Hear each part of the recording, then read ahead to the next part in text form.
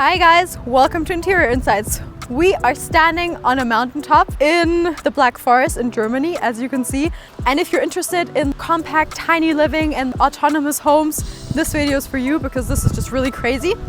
So stick to the end of the video, and if you haven't subscribed yet, make sure to subscribe so that we can keep going on mountains like this. The Black Forest is a really incredible area in the southwestern part of Germany, which is really known for all of its pine trees and giant pine forests that are really black. So this is a really mystical place that is cool. And today we're going to look at a magnificent tiny house that is completely autonomous. We can see already from the outside. It doesn't have like a connection to the electricity or any power line, but instead you just have these solar panels. They give you all the electricity and it's just really incredible. And the owner of this place is a young guy who actually built this himself. He has a second tiny house as well that I will link below, but I will just show you one because I feel like they're quite similar, and he actually also builds them for customers. So that's cool. And it's kind of raining right now, but it's also really sunny and there's just cows all over the place.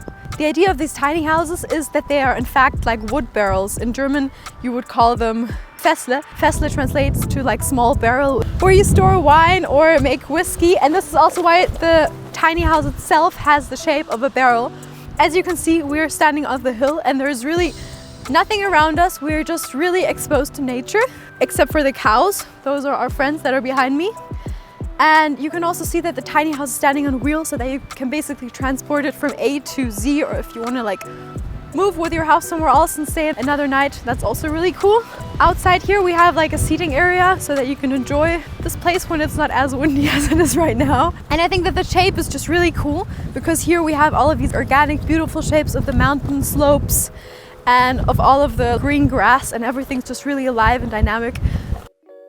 The outside is actually also covered in wood, which was produced in Lithuania, and it's made by spruce wood. So this outside, the owner actually didn't do himself. Now, let's go inside so that it gets a little bit more warm. So this is the lock. This is where we get our key. And now we will go inside, and you can see you already have this first little grand entrance. Small but proper, a few stairs. Wow! This is a tiny house, so we are standing already where all of the magic happens. Everything is clad in wood, so you kind of feel like you're inside a wooden cabinet. Everything here has been completely built by the owner himself. The wood that he used for the inside is a white type of oak that has also been locally sourced, I believe even from his own forest. As you come in, you already understand what this apartment is all about, and that it is to really get away, step out of your big city, and really just calm down and immerse yourself in the beautiful nature that surrounds us and in the beautiful Schwarzwald, the Black Forest in Germany. Because as I enter, the first thing I see, like the focal point in this apartment, is obviously this beautiful, majestic view. And I feel like there's nothing more amazing than waking up here and just watching the sunrise, watching the sunset from your bed. Everything, of course, is very simple, you can say, but simple in a really genius way. So the designer really made the most from a space, and he created a lot of really flexible functions and like a multitude of usages throughout this apartment. So here, all the way to the back, we have the bed, which is just really elevated, I believe, to save space and to also hide a lot of cool things down here, which I will show you after. And you just have this really fluffy, beautiful experience. To your left, you have this incredible view that is just changing its appearance by the second. 5 minutes ago, the sun was shining, now it's raining again and everything, like the clouds, the fog is coming up. And you just have this beautiful round arch that is like the overall shape of the barrel that creates this really almost like fairy-like design. And you have two really light curtains that frame the arch and frame the nature. And over here we have this bedside table situation where you have two small lamps placed on both sides so that you can read or put your phone. And the real magic of this place, or like the real genius of using this space and like a multitude of functions, is actually right over here. So let me show you.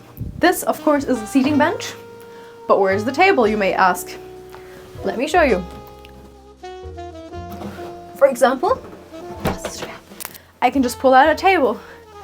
And now you just have a really functional and really incredible, perfect living room dining tables, and it feels really spacious. You don't feel like you're cramped in. You don't feel like when you don't need the table, it's not in the way because you can just push it back in and there you have your space again.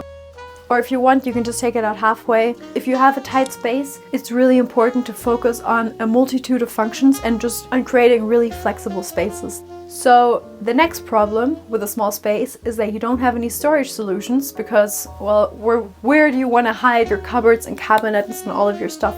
Let me tell you.